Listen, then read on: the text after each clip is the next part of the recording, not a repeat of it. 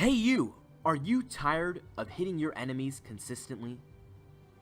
Do you sometimes wish that your heart would sink into your stomach as you selected your skills?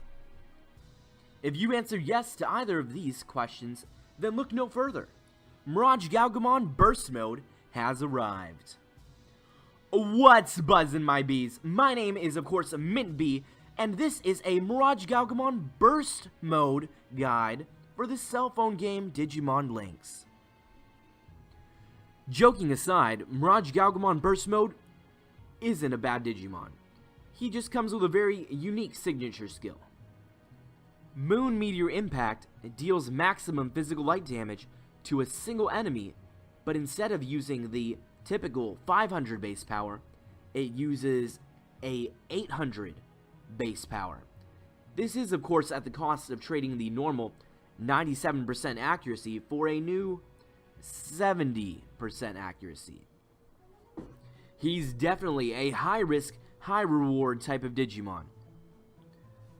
But hey, if he's your guy, don't let that scare you away. There are a few ways that you can mitigate his accuracy issues, which we'll discuss throughout the video.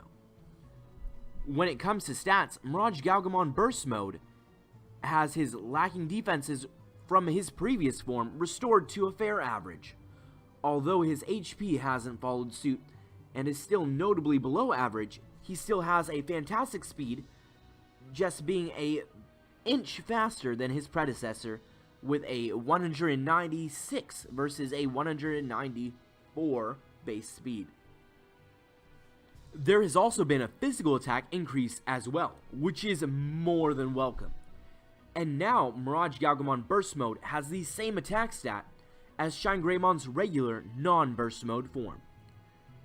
The physical attack increase also brought with it a special attack decrease, clarifying his role as a physical attacker.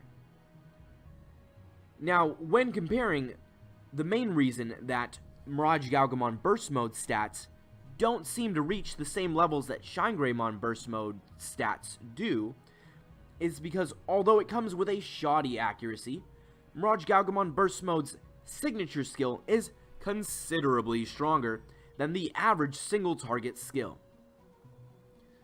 Jumping right into how I would do it, for leader skills, I recommend Ultra Radar Patch, Ancient Lupine Lunge, or Speed Star Gamma. Ultra Radar Patch is the much safer choice than the other two, making it easier for MirageGaogamon Burst Mode to hit his big high roller, high risk, high reward attack. But like MirageGaogamon Regular or base form, MirageGaogamon Burst Mode can still make great use of Ancient Lupine Lunge and Speed Star Gamma. For resistances, I'm going to say that you should keep the same dark resistance from your MirageGaogamon base mode, as dark attackers are so well established and are very much here to stay. For legacy skills, I think MirageGaogamon Burst Mode can use many of the same status condition legacy skills as MirageGaogamon Regular. I would like to point out though that a couple of new options have become available as well in the form of Boost Accuracy 3 and Boost Accuracy 4. Now these legacy skills can either go on MirageGaogamon Burst Mode himself or an ally that's faster than him. The reason I've singled out Boost Accuracy 3 and Boost Accuracy 4 is because they both cost only 2 AP. This means that if you're confident in your strength, you can use 2 AP and take a hit from your opponent, then be able to strike them back one turn early before their AP refills back to 3.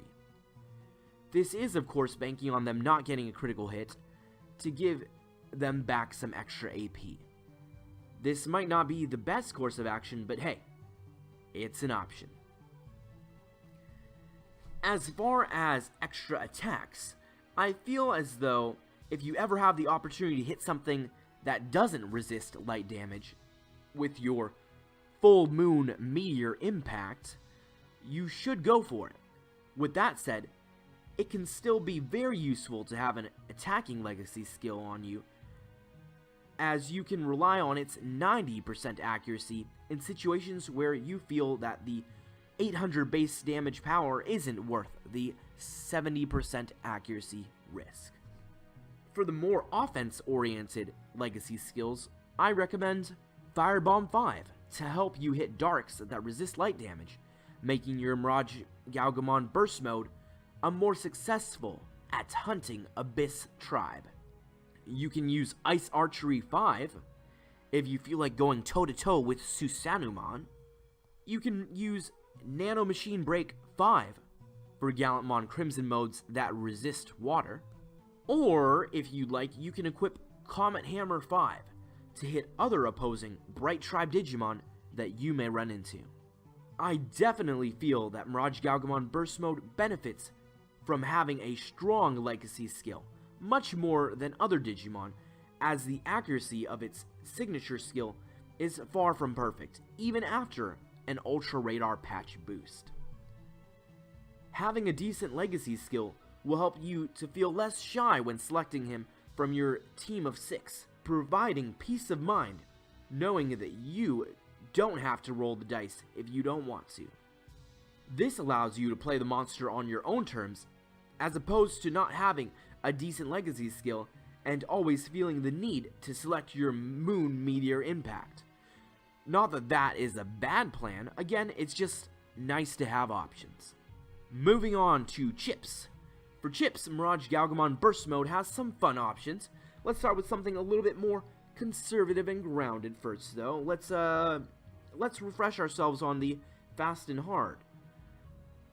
Fast and Hard would be using one Bright Tribe physical attack chip, a Gray physical attack chip, Bright Tribe Speed, Bright Tribe HP, Bright Tribe Physical Defense, and your choice of Gray Speed, or any Tribe Physical Attack. The Fast and Hard option from the original MirageGaogamon video shows up here again, and it's just as effective and useful for MirageGaogamon Burst Mode. It respects his stats and builds on them the way the game would. The last slot gives leeway for you to choose whether you want to be faster or harder. Moving on to something a little bit different, we have here Heavy Moon. For Heavy Moon, you'd be using one Bright Tribe physical attack chip, a Bright Tribe physical defense chip, a Bright Tribe HP chip, a Gray physical defense chip, a Gray HP chip, and in the last slot, your choice of a Bright Tribe special defense chip, or any Tribe physical defense. You're pretty strong and fairly fast already, so this build lets your natural offensive stats remain a little bit more natural, while you focus on building up stamina to swing that full Moon Meteor Impact again in the form of defenses. With this build, you'll be living longer, holding that giant Moon Whip Spear Crescent thingy for so long that it'll start to feel a little bit heavy. Moving on to the Super Moon. For the Super Moon, you'll be using one Bright Tribe physical attack chip, a Gray physical attack chip, Bright Tribe physical defense, Bright Tribe speed, any Tribe physical attack, and again any Tribe physical attack. The Super Moon build grants a considerable amount more of physical attack. It looks odd at a glance, but might prove to be quite fun depending on what chips you have available. If you can fill these slots with A chips, you're going to do some big damage. And lastly, we'll try something a little bit out there. Stay with me and let's talk about Reckless Moon. For Reckless Moon, we'd be using a Bright Tribe physical attack chip, a Gray physical attack chip, followed by not one, not two, but 3 any Tribe physical attack chips. And in the last 6 slot, you can add your choice of any Tribe physical attack chip, yet another one, or a Bright Tribe speed chip. For Reckless Moon, we're just saying that you decided to make the Digimon one of the Digimon with the highest base power moves in the whole game. But how much damage does it really do? Then again, why ask when you can just test it out yourself? And like usual, the typical disclaimers: if you don't have any of the Legacy 5 skills, 8 chips, or enough chip slot expansions to unlock that extra 6 slot, just use whatever you have available and understand that your particular results may vary. Of course, everything said here in these videos are merely suggestions and are in no way, shape, or form all-encompassing. If you want to hang out with fellow bees, there is a link in the description for our Discord channel where you can share strategies and play events and advents with others in a safe, family-friendly environment. Best of all, you get to meet bees just like yourself. And well, you know I hope to see you there. If you found this video helpful, please go ahead and give it a thumbs up. And if you haven't subscribed already, what are you waiting for? Become a member of the Beehive. Thanks so much for watching, and don't forget, I love